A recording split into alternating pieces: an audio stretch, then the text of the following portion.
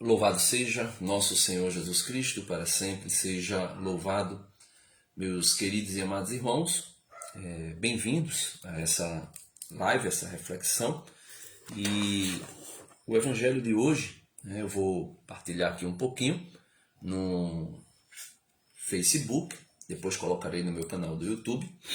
E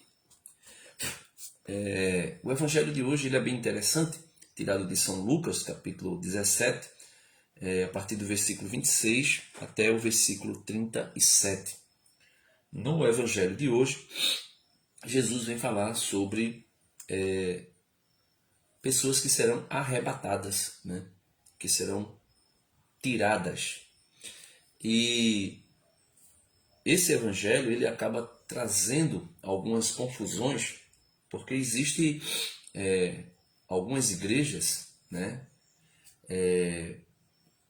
Como é que eu posso dizer? Igrejas pentecostais e neopentecostais que vão falar de um arrebatamento secreto, onde vai acontecer de Deus, na pessoa do seu filho Jesus voltar, só que Jesus voltaria de uma maneira secreta, oculta. Apenas os salvos iriam ver Jesus no céu. Jesus não desceria e tocaria esse chão, mas Jesus viria ocultamente e dessa forma oculta, invisível, somente os salvos, somente os evangélicos iriam ver Jesus. E aí, num abrir e fechar de olhos, Jesus arrebataria secretamente essas pessoas. Inclusive, já foram feitos inúmeros filmes, músicas, para relatar esse possível sequestro dos salvos. E os condenados, ou dependendo até da linha protestante, aqueles que ficariam aqui seriam os condenados. E, como eu disse, dependendo da linha protestante, existe até possibilidade de conversão depois do arrebatamento. E aí a pessoa se converteria, como eu não sei, né? Mas de alguma forma teria ainda conversão. E depois de um breve tempo, Jesus voltaria uma terceira vez, né? Uma segunda vez, melhor dizendo. A primeira de uma forma secreta e uma outra para que todo olho visse, né? Vai dizer lá, quando ele voltar, todo olho o verá. E aí seria o fim, né? Da história humana. Então, assim, existem muitas maneiras de interpretação. E aí eles vão falar nesse arrebatamento secreto, vão falar de se a igreja passa pela grande tribulação, esse arrebatamento seria depois da grande tribulação, que a igreja passar, ou a igreja seria tirada antes da grande tribulação, e a tribulação aconteceria somente para os ímpios, para os infiéis. E outros vão dizer que o arrebatamento vai acontecer durante essa grande tribulação, quando estiver acontecendo essas grandes perseguições, catástrofe, morte dos cristãos. E aí, no meio dessa grande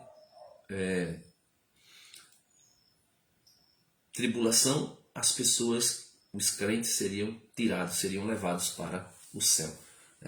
Se faria aí o arrebatamento.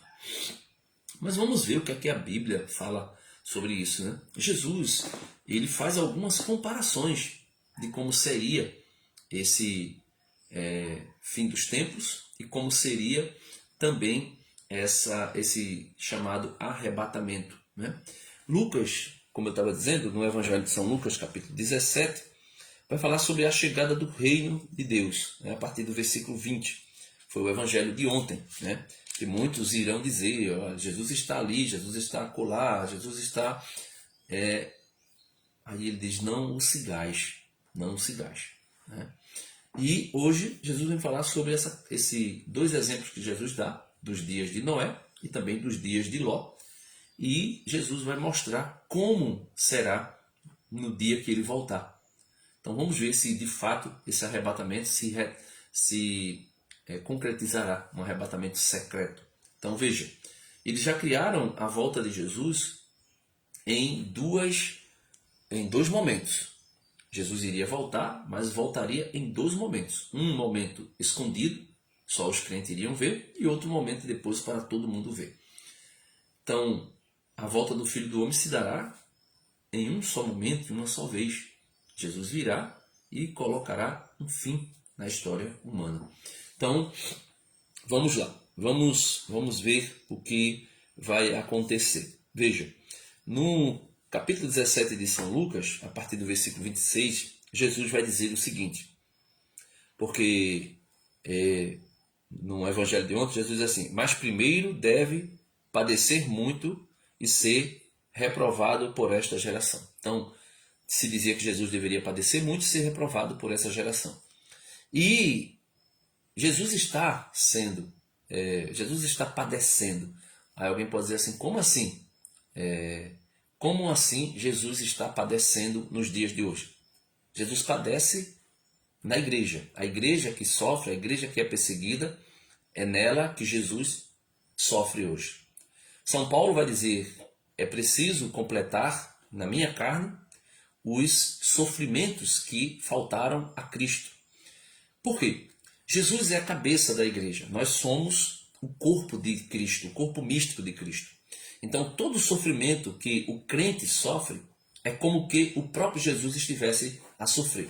Então, quando Jesus diz, no versículo 26 de São Lucas, capítulo 17, versículo 26, no versículo 25, mas primeiro deve padecer muito e ser reprovado por esta geração. Então, Jesus está falando que a igreja, que é o seu corpo, né, como que o próprio Cristo, o Cristo é rejeitado na igreja. Quando Jesus diz aos apóstolos, quem vos ouve, a mim ouve. Então, quem ouve a igreja, ouve Jesus.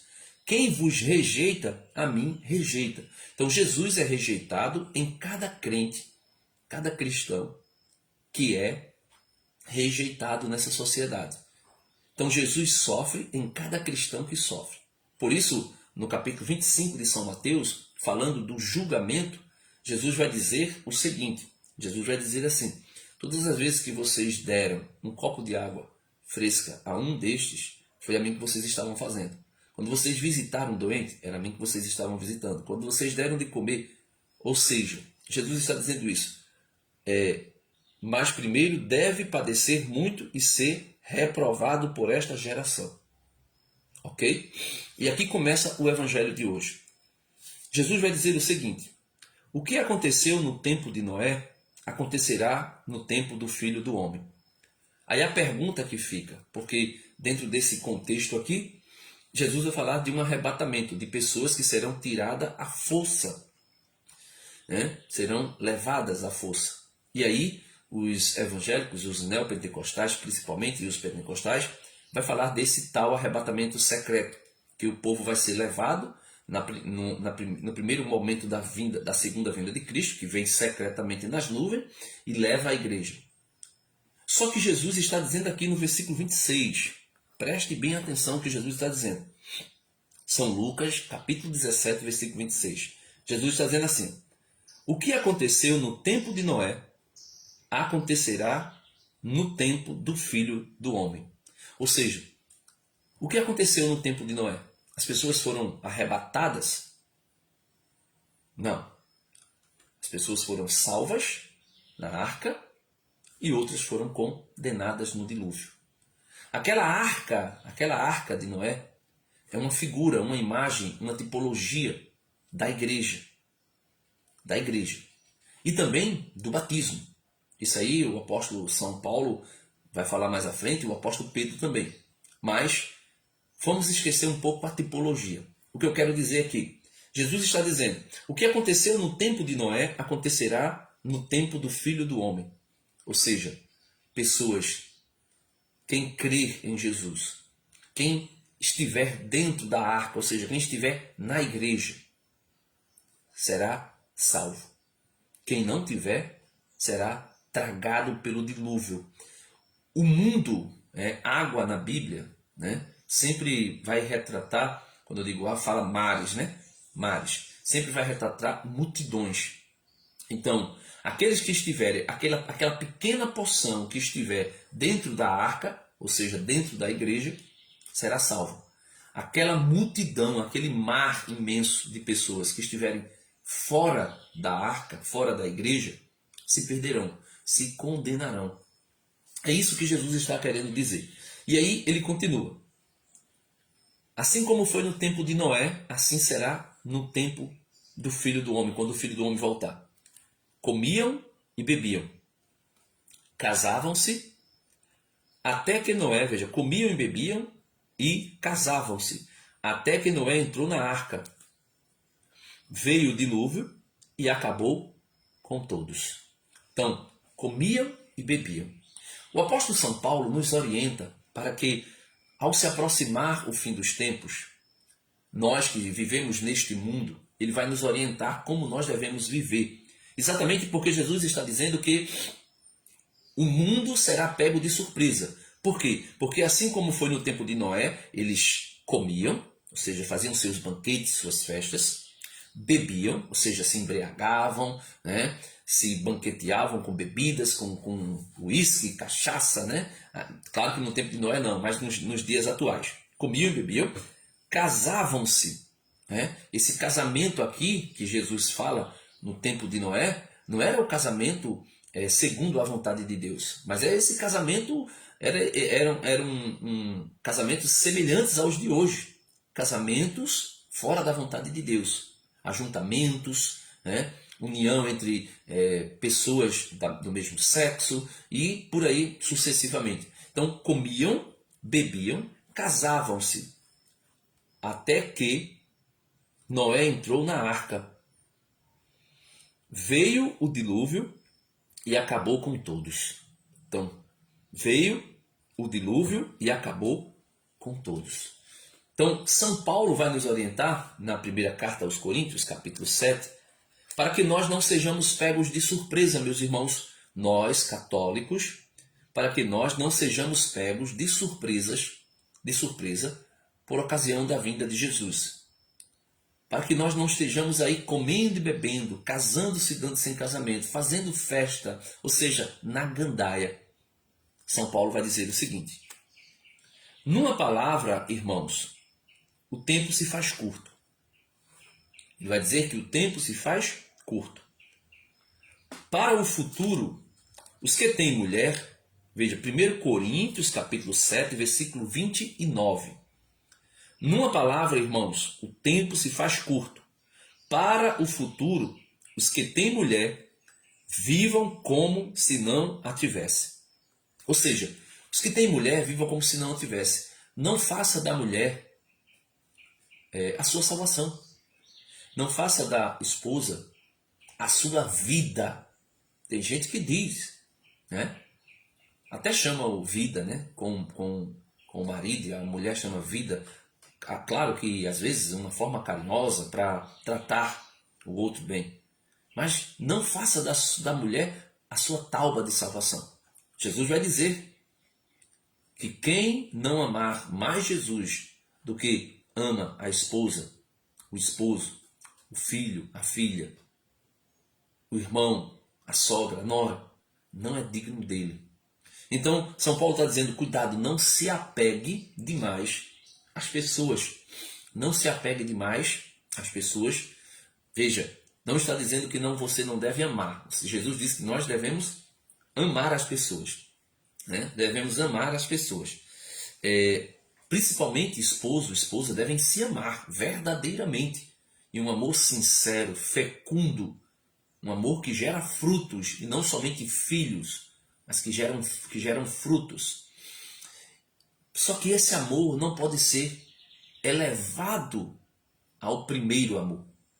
O primeiro amor é Jesus. Jesus é o centro. E aqui ele continua. Os que choram como se não chorassem. Ou seja, não fiqueis preocupados. O que vamos comer? O que vamos beber? O que vamos vestir? Jesus disse que quem se preocupa com essas coisas são os ímpios. E o Pai conhece as nossas necessidades. Ele diz, se vocês têm filhos e um filho pede um peixe, vocês vão dar uma cobra? Se pede um ovo, vocês vão dar um escorpião? Não. Aí ele diz, vocês que são maus, sabeis dar boas coisas aos vossos filhos? Quanto mais o vosso Pai que está no céu. Então Jesus está querendo nos dizer que nós precisamos nos desapegarmos das coisas e das pessoas. Ele precisa ser o centro. Frei Gilson tem uma música extraordinária que diz: não vou mais tirar os meus olhos de ti. Quero que sejas o centro, Senhor, da minha vida. Ele diz, né? Não vou mais tirar os meus olhos de ti. Vou me apaixonar outra vez. Ou seja, se você está afastado de Jesus, volte para Jesus o quanto antes. Se arrependa dos seus pecados. Busque uma confissão. Busca Jesus. Busca voltar para Ele enquanto é tempo. Então, ele vai dizer: os que choram como se não chorassem. Então não se preocupe. Ah, aconteceu alguma coisa? Aconteceu. Agora volta para Jesus, né? Chora os teus pecados, mas não chora como alguém que não tem esperança, né?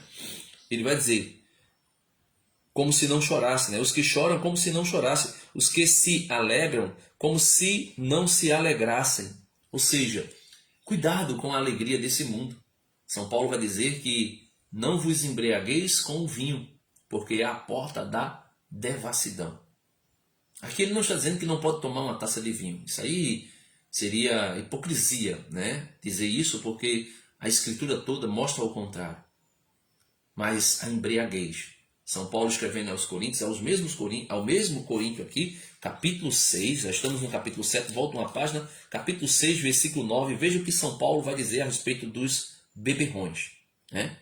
Ele vai dizer assim, versículo 9, não sabeis que os injustos não herdarão o reino de Deus? Não vos iludais, nem fornicadores, nem idólatras, nem adúlteros, nem afeminados, nem homossexuais, nem ladrões, nem avarentos, nem beberrões, nem caluniadores, nem exploradores herdarão o reino de Deus. Aí ele vai dizer, alguns de vós no passado eram desses, mas fostes lavados pelo batismo, consagrados pelo batismo e absolvidos pela invocação do Senhor, absolvidos de nossos pecados, pela invocação do Senhor nosso Jesus, do Senhor nosso Jesus e pelo Espírito do nosso Deus. Então, São Paulo está nos dizendo que, olha, nós éramos isso. Então, os que choram como se não chorassem, os que se alegram como se não se alegrassem. Então, não queira essa alegria do mundo, a alegria do carnaval, a alegria da cachaça, a alegria da prostituição, a alegria da fornicação, a alegria do adultério. Nós precisamos nos apartar disso.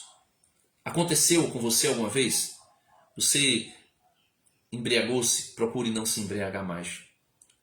Você vivia na alegria do carnaval? Procure não ir mais. Você vivia a fornicação, o sexo fora antes do casamento? Não viva, case primeiro. Você traiu a sua esposa, o seu esposo alguma vez? Não deixe isso acontecer mais. Se esforce, peça a Jesus, peça a graça de Jesus para que isso não aconteça mais. Se aparte das ocasiões, das possibilidades. Porque os que choram como se não chorassem, os que se alegram como se não se alegrassem. Evitar a alegria do mundo. A alegria do mundo é a armadilha de Satanás para nós. E aqui eu não estou falando de você não poder frequentar lugares no mundo, né? Por exemplo, ir a uma praia com sua família, passar um final de semana numa casa de praia, numa casa de campo, sei lá, frequentar até um shopping, assistir um filme, uma coisa. Não está se falando dessa alegria. Está se falando da alegria momentânea que o pecado, o prazer do pecado gera em nós. Precisamos fugir. E aí, São Paulo conclui dizendo assim,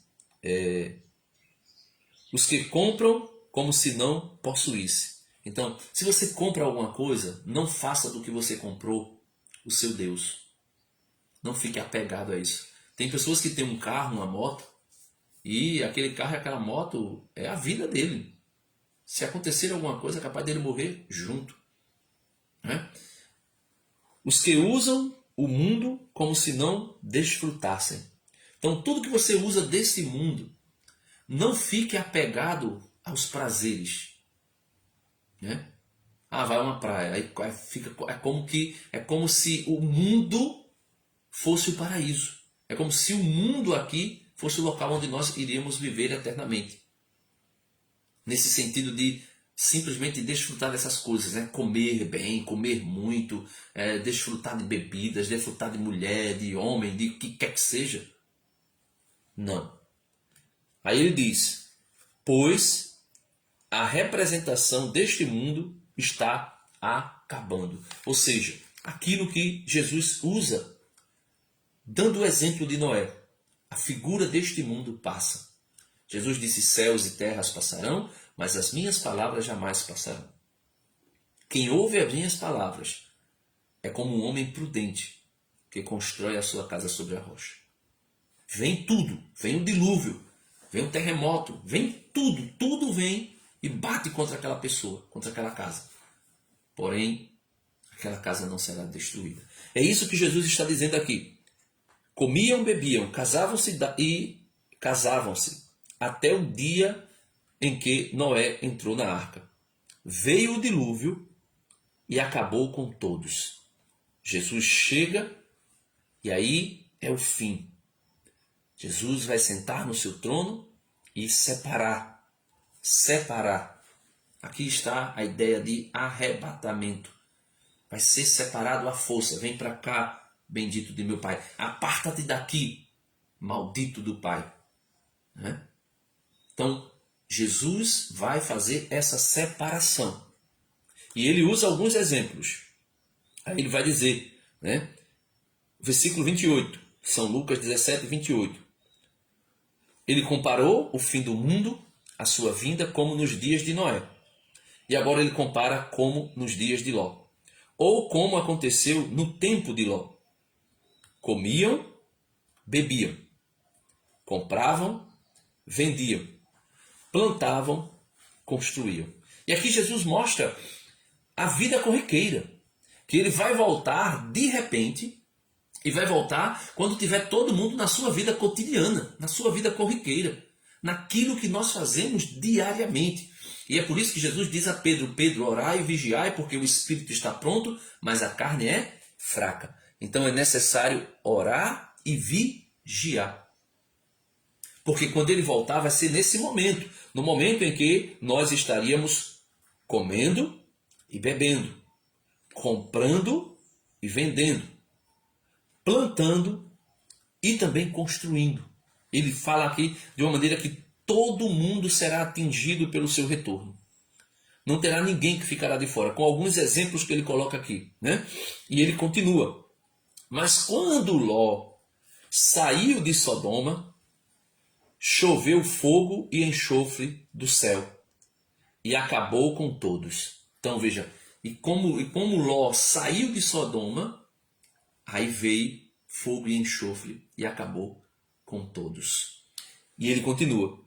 Assim será o dia em que se revelar o Filho do Homem.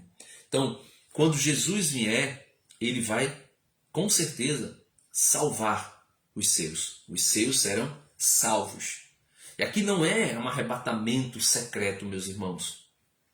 Porque se o arrebatamento secreto se concretizar, aqui está dizendo que quando Noé entrou na arca, todo mundo morreu.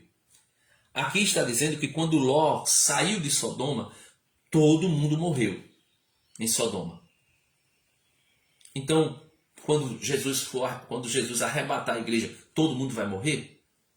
Porque se a gente for levar o arrebatamento, o rapto, como os irmãos protestantes neopentecostais e pentecostais acreditam, então, quando o arrebatamento acontecer, todo mundo vai morrer. Mas não. Eles vão dizer que ainda vai ter pessoas que se converterão nesse período após o arrebatamento secreto. Porque as pessoas vão ficar, muitos vão passar a acreditar que o que os irmãos estavam dizendo era verdade. Eles foram levados.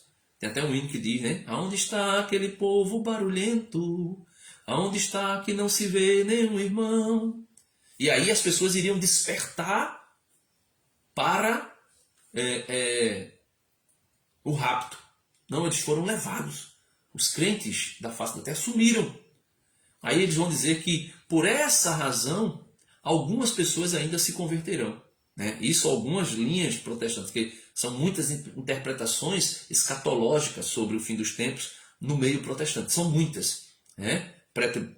Pré-tribulacionista, pós-tribulacionista, milenista, pré-milenista, pós-milenista, e assim tem inúmeras interpretações. E algumas vão dizer que depois que os evangélicos, os crentes, né, aqueles que foram salvos, fossem arrebatados, os outros ali iriam começar a se dar conta aonde está aquele povo. Sumiu, então é verdade.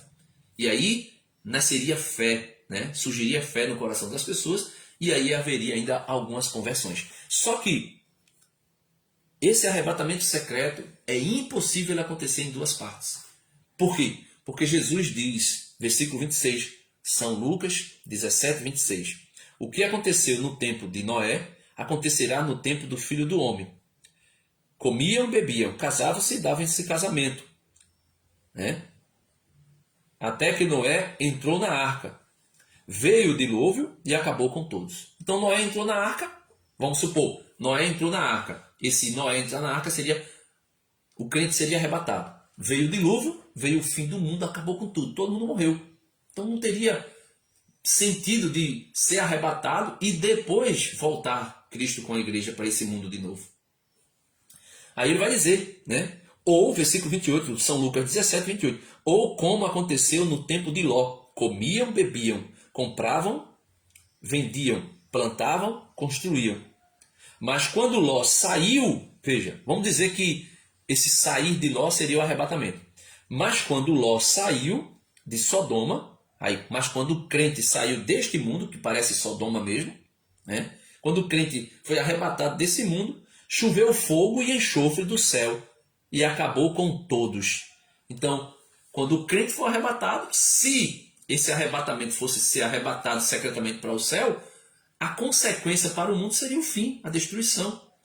Então não tinha como depois vir outra vez Jesus com a igreja que foi arrebatada. Então você percebe que essa questão do arrebatamento e a comparação que Jesus faz dos dias de Noé e dos dias de Ló é para dizer, olha, existe aqueles que vão se salvar quando Jesus voltar e colocar o fim da história humana, e existe aqueles que não vão se salvar.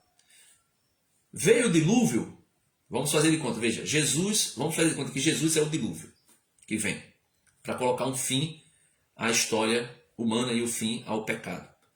Então veio o dilúvio, ou seja, veio Jesus, Noé e sua família, um pequeno resto, muitos são chamados e poucos os escolhidos. Então, um pequeno resto entra na arca, ou seja, está na igreja, entra na igreja, esse pequeno resto é salvo. Por quê? Porque acreditou na profecia de que haverá um fim para a história humana.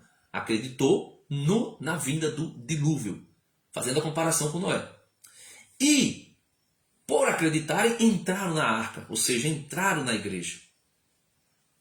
Esses serão os salvos. Os que ficaram fora serão condenados. Serão os condenados. Os que ficaram fora da arca, todos eles foram condenados. Vamos lá. Sodoma e Gomorra. Jesus também compara. Né? Jesus também compara. Versículo 29 vai dizer, mas quando Ló saiu de Sodoma, ou seja, quando Ló saiu de Sodoma, choveu fogo e enxofre do céu e acabou com todos. Então Jesus está dizendo que se esse Ló fosse aquele que fosse a figura do que seria arrebatado secretamente, Sodoma e Gomorra, esse mundo aqui, que seria comparado com uma cidade de Sodoma, está sendo comparado por Jesus, seria totalmente destruído depois que o crente fosse tirado. Mas a gente vê nitidamente que não é isso. Não existe esse arrebatamento secreto. Existe um arrebatamento, eu vou mostrar para vocês. Mas esse arrebatamento será universal, para que todos sejam apresentados diante do julgamento. Os justos e os injustos. os salvos e os condenados. Todos serão apresentados diante de Deus, diante do trono do Cordeiro. E aí sim, todos serão levados, né, para esse julgamento, independente de salvo ou não. E lá será discriminado quem é de Deus, vem para cá, bendito do meu Pai. Quem não é de Deus, aparta daqui, maldito de meu Pai. Continuando a leitura do Evangelho de hoje, versículo 30.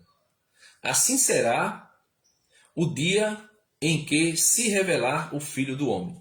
Então veja, o Filho do Homem vai se revelar um dia. E quando ele se revelar, assim como foi no tempo de Noé, alguns se salvarão e o resto serão condenados. Assim como foi no tempo de Ló e a sua família se salvará e o resto foi condenado. Aqui é bem importante nós percebermos, meus irmãos, uma coisa.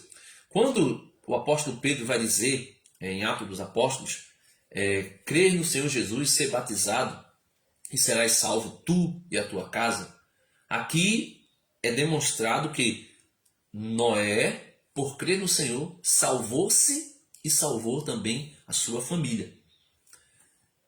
Ló acreditou em Deus, salvou-se e também salvou a sua família. Porém, o exemplo de Ló nos deixa ainda mais claro essa separação. Um que será levado e outro que será deixado. Por quê? Porque vai dizer que quando eles saíram de Sodoma, a mulher de Ló, que estava apegada às coisas deste mundo, resolveu olhar para trás, pensando no que estava deixando para trás. E aí se converteu ou transformou-se em uma estátua de sal. Então, Jesus vai dizer, quem coloca a mão no arado e olha para trás, não é digno de mim. Por que quem coloca a mão no arado? Porque Jesus dá esse exemplo. Porque o arado é assim, era 2 bois com uma canga e uma peça que vinha e colocava o arado. O arado era uma peça como se fosse um guidão de bicicleta. Você não segura a bicicleta assim e não tem aquele garfo onde fica o pneu? Faz de conta que aqui esse guidão, ele direciona não o pneu, mas uma lâmina na ponta de um ferro, na ponta de uma madeira, uma lâmina de aço, que a pessoa pega o arado, segura de um lado do outro, como se fosse um guidão de bicicleta, coloca um pouco de força para o chão, aquela lâmina penetra o chão, o boi vai puxando e aquela lâmina vai rasgando o chão. E esse corte no chão precisa ser reto, precisa ser bem direcionado. E quando você está pilotando bicicleta ou moto, se você olha para trás e depois você olha para frente, você vai ver que você não está mais naquela reta, você está se desviando para um lado ou para o outro. Assim também Jesus diz que o arado, quem coloca a mão no arado e olha para trás, perdia o corte da terra. O corte saía enviesado. E Jesus diz, quem coloca a mão no arado e olha para trás, não tem condição de trabalhar com o arado, porque vai se perder, vai perder a aração da terra. Então Jesus diz, quem bota a mão no arado e olha para trás, é como a mulher de Ló, que se perde, fica apegada às coisas da vida velha, né? São Paulo diz que é necessário se despir do homem velho e se vestir do homem novo, criado à imagem de Jesus Cristo, na justiça, na verdade e na santidade. Então, esse rapto, esse arrebatamento secreto, que muitas vezes é anunciado, ele não se encontra nele elementos na Escritura. Denis, continua a leitura aí que você vai ver. Vamos lá. Nesse dia, se alguém estiver no terraço e seu utensílio em casa, não desça para recuperá-lo. O mesmo, se alguém estiver no campo, não volte atrás. Lembrai-vos da mulher de Ló. Né? Eu acabei de explicar. Ela olhou para trás, estava apegada às coisas. Quem se apega a esse mundo vai perder a sua vida, vai perder a salvação. Jesus diz, quem se apegar à sua vida, perdê-la-á. Mas quem der a sua vida livre e espontaneamente, a conquistará, a receberá, a salvará. Né? Aí, vamos lá agora, versículo 33. Quem se empenha em conservar a vida, a perderá. Quem a perder, a conservará, né? A salvará. Eu vos digo, nessa noite, porque Jesus vai voltar num dia de treva, um dia em que o mundo estará mergulhado de maneira ainda mais profunda no obscurantismo. E aí sim, ele vai dizer: eu vos digo, nessa noite estarão dois numa cama. Um será arrebatado, o outro deixado. Ah, Denis, aí está o arrebatamento. Um será arrebatado, o outro será deixado. Essa palavra arrebatamento significa dizer que eu não me salvo. É Deus que me salva. Esse arrebatamento aqui não está dizendo que eu vou ser levado. Está dizendo que eu não me salvo, é Deus que me salva. É como Davi diz: eu estava mergulhado num charco de lodo. Eu estava mergulhado no lamaçal do pecado. E o Senhor tomou-me pela mão e colocou-me sobre uma rocha. Firmou meus pés sobre a rocha. É isso que Jesus está dizendo. É como Paulo, que perseguia a igreja, e Jesus veio de uma forma violenta. De forma violenta. Quando Deus vem, ele vem de forma violenta, entre aspas.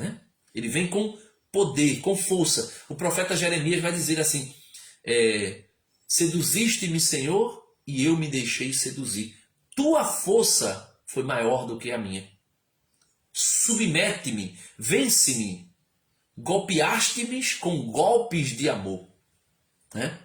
Então, é a força. Por isso fala aqui: eu vos digo, nessa noite estarão dois numa cama, um será arrebatado, ou seja, será tomado à força, a graça vai vir sobre ele de uma maneira tal que ele não suportará, ele deixará-se, deixar-se-á ser seduzido.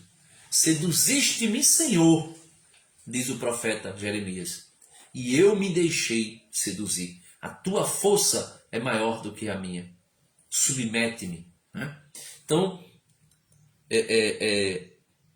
esse arrebatamento aqui significa dizer que é Deus que nos salva. Eu não posso me salvar. Quando Jesus disse: é mais fácil um camelo passar pelo fundo de uma agulha do que um rico entrar no reino dos céus. Quando Jesus disse isso, que era mais fácil um camelo passar pelo fundo da agulha do que um rico entrar no reino dos céus, São Pedro e os apóstolos disseram assim: Senhor, se é assim a condição do homem, quem se salvará? E Jesus vai responder o quê? Para o homem é impossível, mas para Deus tudo é possível. Então, quando Jesus diz aqui, versículo 24, 34, Lucas 17, 34, eu vos digo, nessa noite estarão dois numa cama, um será arrebatado, o outro deixado. Haverá duas mulheres moendo juntas, uma será arrebatada, a outra deixada. Isso aqui que Jesus está dizendo para nós, meus irmãos, é exatamente isso. É eu que salvo. O homem não se salva. É impossível para o homem. Mas para Deus tudo é possível. Diz o anjo Gabriel a Nossa Senhora quando a visita em Lucas 1,37. Aquela que era estéril está grávida, falando de Isabel. Porque para Deus nada é impossível. Então, Jesus vai dizer: o que pode o homem dar em resgate da sua própria vida? O homem pode acrescentar um dia sequer na sua vida, se preocupando com as coisas deste mundo? Então, esse arrebatamento aqui significa dizer que eu não me salvo, é Deus que me salva. Então veja, como nós vimos os dois exemplos, se fosse um arrebatamento secreto, todo mundo morreria depois desse arrebatamento. Por quê? Porque Noé entra na arca, vem o dilúvio, todo mundo morre. Ló sai de Sodoma, vem o fogo e todo mundo morre. Então, os crentes são arrebatados e todo mundo iria morrer.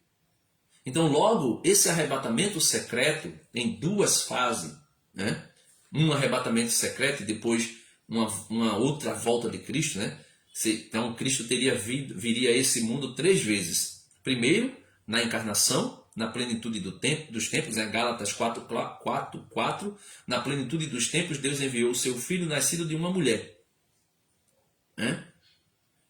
Depois, Jesus viria uma segunda vez secretamente, somente os cristãos iriam ver, e depois Jesus voltaria para colocar o fim na história humana. Então Jesus iria vir 3 vezes, ou Jesus iria vir uma primeira vez, e a segunda vez se daria em 2 momentos. Mas a Bíblia não fala de 2 momentos da vinda de Cristo. Em lugar nenhum Jesus vem 2 vezes. Concluindo aqui o Evangelho, vai dizer no versículo 35, haverá 2 mulheres moendo juntas, uma será arrebatada, podemos dizer, uma será salva, a outra será condenada, como foi nos dias de Ló. Ló saiu de Sodoma, foi salvo. Sua esposa olhou para trás, foi condenada. Aí perguntaram-lhe os apóstolos: onde, Senhor? Onde vai acontecer isso? Ou quando acontecerá isso? Como perguntaram lá em Atos dos Apóstolos, capítulo 1, quando Jesus ressuscitaram dos mortos e aparece para eles, aí diz assim: é hoje que vais estabelecer o reino de Deus? E Jesus vai dizer, não se sabe o dia nem a hora. Não sei se eu consigo encontrar aqui, porque como eu não marquei, aí eu tenho medo de perder muito tempo procurando. Mas eu acho que é Atos dos Apóstolos, capítulo 1. Atos dos Apóstolos, capítulo 1, acho que é a partir do versículo 8, se eu não estou enganado. Atos dos Apóstolos, capítulo 1.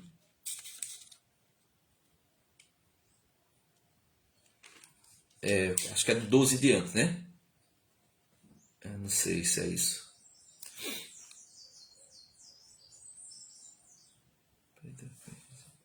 Eu não vou lembrar agora, não vou lembrar, não. Mas vocês sabem, que eles perguntaram: é agora que vai se estabelecer o reino de Deus? E Jesus vai dizer assim: não cabe a vós saber, isso. Nem os anjos, nem o Filho do Homem sabe, esse dia que Jesus vai voltar. E aí perguntaram-lhe, no Evangelho de hoje, Lucas 17:37, perguntaram-lhe: onde, Senhor? Ou quando será? Respondeu-lhe Jesus: onde está o cadáver, se reúnem os abutres. Então Jesus diz uma resposta que é uma incógnita, É como se fosse uma espécie de charada, Olha, vocês vão saber quando é. Vai ser quando se reunir os cadáveres, Onde estiver os cadáveres, aí vai aparecer os abutres. Então, só confirmando aqui que os que serão salvos, por ocasião da vinda de Jesus, alguns serão salvos e outros serão condenados. Tem um santo da Igreja Católica, lá bem para trás, já de alguns séculos, São Cirilo. São Cirilo vai dizer que o cadáver são as pessoas que forem condenadas, ou seja, quem quiser salvar a sua vida, perdê-la. Então, aqueles que quiserem salvar a sua própria vida, que quiserem viver na gandaia desse mundo, serão aqueles que vão perecer. E aí diz que onde está o cadáver, estará os abutres. Aqueles que se perderem, virá os abutres. Esses abutres, para São Cirilo vai dizer que esses abutres são os demônios. Os demônios. Porque os demônios se apresentarão àqueles que forem condenados para levá-los à condenação eterna, para levá-los ao inferno, porque são seus. Tênis, então você não acredita no arrebatamento? Eu acredito no arrebatamento, mas não esse arrebatamento que acontecerá secretamente ou ocultamente. Eu acredito no arrebatamento que se dará uma única vez para toda a raça humana, justos e injustos, não para alguns ser levados para o céu e outros ser deixados aqui, mas para que todos sejam levados e apresentados diante de Deus. E quando acontecer o arrebatamento, como diz na carta aos Tessalonicenses, queria que você pegasse aí, carta de São Paulo aos Tessalonicenses, a primeira, Primeira carta de São Paulo aos Tessalonicenses, capítulo 4, a partir do versículo 13. Vai se falar sobre a vinda do Senhor e como se dará a vinda do Senhor. Veja, em relação aos defuntos, porque a gente fica muitas vezes preocupado com quem morreu, né? Aí ele vai dizer, em relação aos defuntos, quero que não continueis na ignorância. Veja, quero que não continueis na ignorância, para que não vos aflinjais, fiquem aflitos, né? Como os outros que não têm esperança, como os não crentes que não têm esperança. Versículo 14, primeira carta de São Paulo aos Tessalonicenses, 4:14. Pois, se cremos que Jesus morreu e ressuscitou, o mesmo Deus, por meio de Jesus, levará os defuntos para estar consigo. Levará os defuntos para estar consigo. Isto, veja, isto vos dissemos, apoiados na palavra do Senhor. Nós que ficarmos vivos até a vinda do Senhor, não precederemos os mortos. Veja, São Paulo está dizendo que os mortos, aqueles que morreram da nossa família, o Senhor levará para ele. Já levará na alma, né? Então, para nós, católicos, nós cremos que aqueles que morreram em Cristo Jesus já foram levados para o céu. Já estão no céu, né? Já estão no céu. Morreram na amizade com Cristo. Morreram na fé. Então, nós acreditamos aqui, ó. Isto vos dissemos, apoiados na palavra do Senhor. Nós que ficarmos vivos, até a vinda do Senhor, não precederemos os mortos, porque eles já foram levados. Só que em espírito. Não aconteceu a ressurreição ainda. Então, para nós católicos, existem inúmeros santos no céu. Pessoas que viveram piedosamente, que viveram a vida segundo o Evangelho. Então, essas pessoas já estão no céu. Só que ainda não estão com o seu corpo ressuscitado. Então, ele vai dizer que, veja, vamos ler o 14 e o 15 de novo, para ficar mais fácil a compreensão. Pois se cremos que Jesus morreu e ressuscitou, o mesmo Deus, por meio de Jesus Cristo, levará os defuntos para estar consigo. Ele vai levar os cadáveres? Não. Vai levar eles em alma, em espírito. Versículo 15. Isto vos dissemos, apoiados na palavra do Senhor. Nós que ficarmos vivos até a vinda do Senhor, não precederemos, ou seja, não passaremos à frente dos mortos. E ele vai dizer, versículo 16 agora, pois o próprio Senhor, ao soar uma ordem, a voz do arcanjo e ao toque da trombeta divina, então veja, aqui acontece, nós não passaremos à frente dos que morreram. Os vivos não passarão à frente dos que morreram. Nós estaremos vivos por ocasião da vinda de Cristo. Quando vai acontecer a vinda de Cristo? Vai ser dado um sinal, um toque da trombeta, o soar da voz do arcanjo. Veja, versículo 16. Pois o próprio Senhor, Jesus Cristo, ao soar uma ordem, a ordem do Pai, o Pai dará a ordem, dirá, este é o momento de retornares, a voz do arcanjo, aí o arcanjo que porta a voz de Deus vem dizer, é agora, né? É agora. Agora é o momento de estabelecer o fim da história humana. E ao toque da trombeta divina, então vai ter uma trombeta que soará no mundo, aí diz, então ele, Jesus, descerá do céu. Ele descerá do céu. Então, ressuscitarão primeiro os cristãos mortos. Os cristãos mortos ressuscitarão primeiro. E São Paulo continua. Depois, nós, que estivermos vivos, seremos arrebatados com eles entre as nuvens no ar, ao encontro do Senhor, e assim estaremos sempre com o Senhor, para sempre com o Senhor. Então, os mortos ressuscitarão e nós, os vivos, seremos arrebatados. Isso acontecerá no fim dos tempos, no último dia. Porque se você for acreditar no arrebatamento secreto, consequentemente você terá que acreditar em uma ressurreição secreta. Porque é dito que os que morreram em Cristo serão ressuscitados e os que são de Cristo e que estiverem ainda vivos terão o seu corpo transformados. Depois, nós que estivermos vivos seremos arrebatados com eles entre as nuvens no ar, ao encontro do Senhor, e assim estaremos para sempre com o Senhor. Então veja, estaremos para sempre, não mais voltaremos aqui com Ele, para nada. Os salvos estarão para sempre com Ele. Os que morreram primeiro e os que estiverem vivos por ocasião da sua vinda.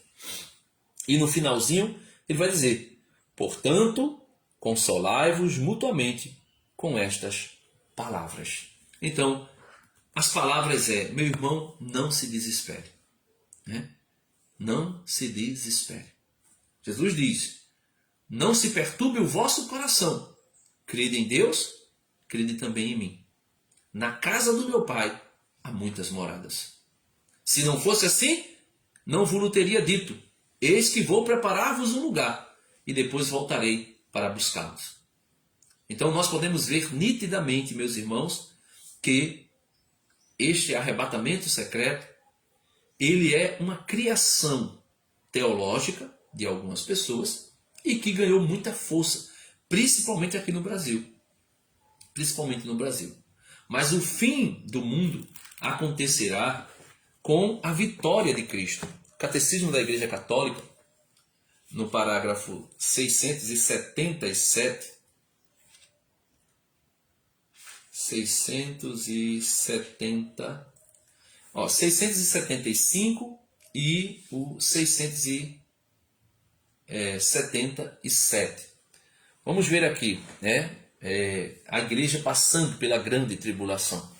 Número, vamos ver aqui, 675. Eu não vou explicar muito, mas para não ficar ainda maior a reflexão aqui, mas eu vou mostrar aqui como a igreja vê o fim do mundo e o que acontecerá com a igreja no fim do mundo e como Cristo estará voltando e colocando um fim na história humana. Veja, o Catecismo da Igreja Católica, para quem não é católico, é um compêndio da doutrina da igreja. Aquilo que nós cremos está aqui, nesse livro, Catecismo da Igreja Católica. Se você quer conhecer a doutrina católica, compre esse livrinho aqui. Agora, leia com humildade. Não faça como eu estou vendo na internet, protestantes, muitos protestantes lendo, deturpando isso aqui para falar mal da igreja.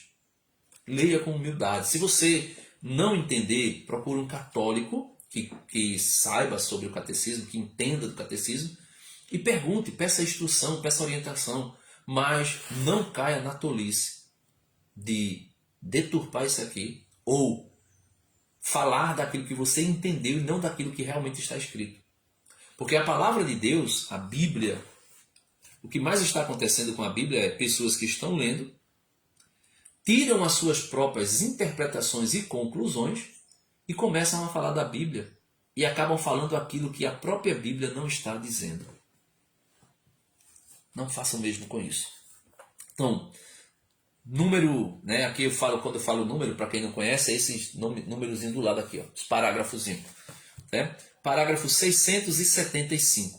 A provação derradeira da igreja, ou seja, a última provação da igreja. Antes do advento, ou seja, antes da vinda de Cristo, a igreja deve passar por uma provação final. Uma provação, que será através de uma prova derradeira. Deve passar por uma provação final, que abalará a fé de muitos crentes. A perseguição que acompanha a peregrinação dela na terra. Então, a igreja passará por uma grande prova, será perseguida. E essa perseguição acompanhará a trajetória da igreja até o último dia, né? E essa perseguição dela desvendará o mistério da iniquidade. São Paulo fala do mistério da piedade, ou seja, o mistério, o projeto misterioso de salvação de Deus. E aqui existe um mistério da iniquidade, um mistério de como, meus irmãos, como é que Deus já enviou seu filho morreu por nós para nos salvar, e mesmo assim, Satanás ainda continua, a iniquidade ainda continua, através de Satanás e seus demônios, e ainda pessoas continuam se perdendo. É um mistério, isso é um mistério. Por que é que Deus, depois de oferecer o seu filho, ainda permite que Satanás esteja agindo? É um mistério. Só que Satanás não é vitorioso. Nunca foi e nunca será. Ele é derrotado desde o princípio. Ele foi expulso do céu. E Deus venceu, né? Por meio de Cristo, Cordeiro venceu. Você pode ler Apocalipse 12 para ver isso aí. A grande batalha que houve no céu. Então, se desvendará o mistério da iniquidade sob a forma de uma impostura religiosa que há de trazer aos homens uma solução aparente a seus problemas à custa da apostasia da verdade. Então vai surgir uma impostura religiosa, ou seja, uma religião falsa, né, que vai trazer uma certa paz para o mundo, uma aparente paz. A religião do anticristo será a religião que vai trazer paz, entre aspas, né, para o mundo. Só que São Paulo, escrevendo na carta aos Colossenses, se eu não estou enganado, vai dizer, olha, cuidado, quando vocês ouvirem dizer paz e segurança, aí sim vem a catástrofe, vem a destruição. Né? Então, essa impostura religiosa, que é a impostura do anticristo, né, veja lá, essa perseguição da igreja desvendará o mistério da iniquidade, sob a forma de uma impostura religiosa que há de trazer aos homens uma solução aparente a seus problemas, à custa da apostasia da verdade. Vão negar a fé. Apostatar é rejeitar totalmente a fé. A impostura religiosa suprema é a do anticristo. Isto é, a de um pseudo-messianismo em que o homem glorifica a si mesmo em lugar de Deus e de seu Messias que veio na carne. Então vão rejeitar a Cristo, vão criar uma religião que aparentemente trará paz ao mundo, mas na verdade isso tudo à custa da verdade, à custa da verdadeira doutrina. E nós já estamos vendo aí, né? No meio da igreja católica existem pessoas que querem tudo, liberar tudo, dizer que pecado não é mais pecado. No meio das igrejas evangélicas, misericórdia. Tem de tudo que você puder imaginar, né? Desde igreja onde pode ter casamento homoafetivo, né? E aqui eu não estou falando mal dos homossexuais, mas estou falando simplesmente do que a igreja protestante já está criando, né? Então, igrejas que apoiam tudo isso, né? E outras coisas, corrupções, roubo e tudo mais, né? Parágrafo 676. Esta impostura anticrística já se esboça no mundo, toda vez que se pretende realizar na história a esperança messiânica que só pode realizar-se para além dela, por meio do juízo escatológico, mesmo em sua forma mitigada. A igreja rejeitou esta falsificação do reino vindouro sob o nome de milenarismo. Então tem um milênio aí, né, que também é doutrina dos protestantes, dizer que Jesus vai reinar 1000 anos nessa terra, em uma paz, isso, aquilo outro, e depois desse reinado de 1000 anos, aí o mundo se volta contra Cristo e Cristo vai travar o Armagedon, a batalha final. Esse milênio, esse reinado de 1000 anos que o Apocalipse fala, esse 1000 anos é simbólico, é para dizer, por isso é 1000 completo, né, pleno. É um tempo que não faltará, ele será todo, total, e não passará, ele será aquilo que foi estabelecido por Deus. E esse milênio é uma linguagem figurativa para falar do reinado de Jesus, da sua ascensão aos céus, até a sua volta. Então ele já reina na igreja, Cristo já reina na igreja, a igreja é o reino de Cristo, aqui nesse mundo. Então, Jesus disse, o reino de Deus chegou para vós. Então ele veio, o próprio Cristo é o reino de Deus, vem, e através da igreja ele reina, ele reina. Por isso ele fez de nós, como diz o livro do Apocalipse, uma nação de sacerdotes, profetas e rei, uma nação santa, né? Um povo santo, um povo sacerdotal, um povo régio, né? Que tem o reinado de Cristo em si. Então a igreja reina desde a ascensão de Cristo aos céus até a sua volta. Cristo reina na igreja, né? Cristo rei. Por isso a igreja celebra Cristo rei do universo. Ele reina na igreja, né?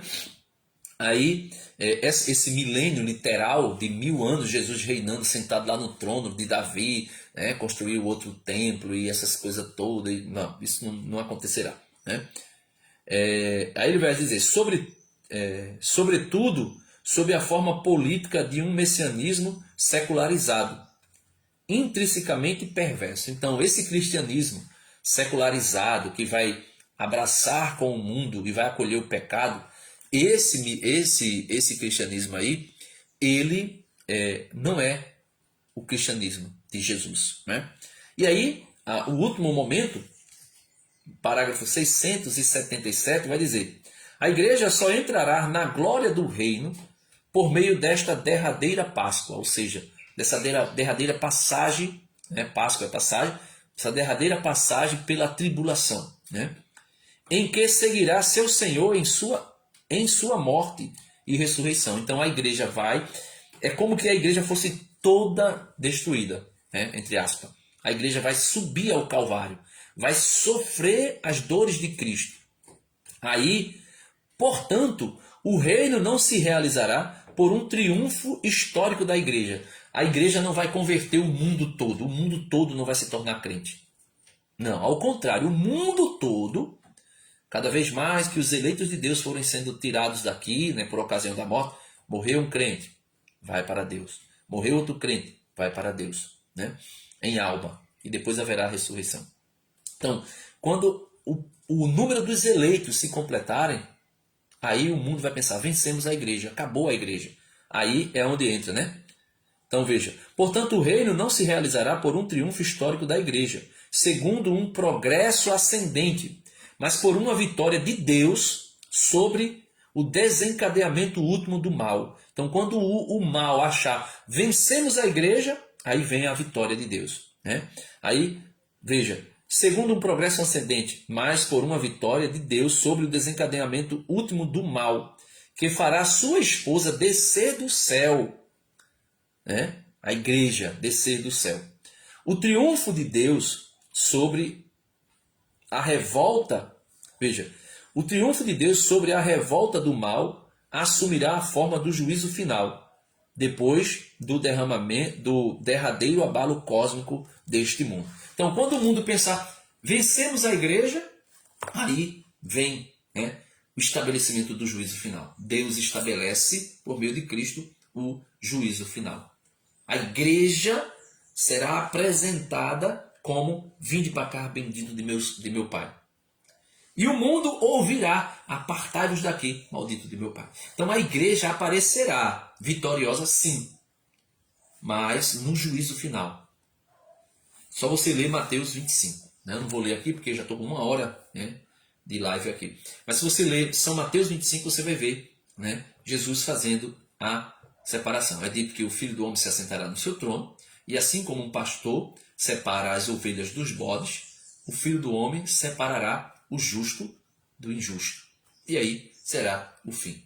Então, o arrebatamento secreto, ele não se dará, como eles pensam, em 2 fases. Ele vai acontecer uma vez só. Então, os mortos ressuscitarão, aqueles que ainda estiverem vivos serão arrebatados, e aí Deus, com a igreja, vem e estabelece o juízo final. Acabou. Acabou. Né? Então, todos, vivos, mortos, justos e injustos, serão levados para esse julgamento. Não sei aonde se dará o julgamento. Se no céu, se em um local reservado, se aqui mesmo, não sei. Eu não sei dizer. Mas essa questão de arrebatamento secreto e as pessoas vão ficar procurando os cristãos, nós não cremos assim. Nós católicos não cremos assim.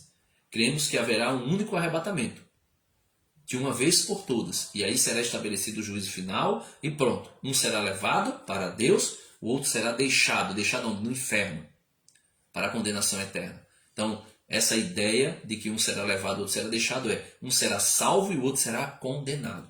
E quem serão os condenados? Aqueles que não quiseram nada com Deus. Aqueles que não quiseram ouvir Deus, que não estavam nem aí para a palavra de Deus. Quem crê e for batizado será salvo. Quem não crê já está condenado. Então Deus abençoe vocês e até o próximo vídeo, se Deus quiser. Não se esqueça, eu estou aqui no Facebook sim, mas não se esqueça aí no canal do YouTube, se inscreva no canal, né, comente, compartilhe e vamos evangelizar. Meu canal é canal Denis o Católico. Então Deus abençoe você. Em nome do Pai, do Filho e do Espírito Santo. Amém. Inspirai, Senhor, nossas ações e ajudai-nos a realizá-las, para que em vós comece, para que em vós termine tudo aquilo que fizermos. Por Cristo, Senhor nosso. Amém. Deus abençoe a todos. Joana Batista chegou, acho que agora, não sei, mas eu estou concluindo, viu? E vou colocar no meu canal do YouTube essa live. Deus abençoe.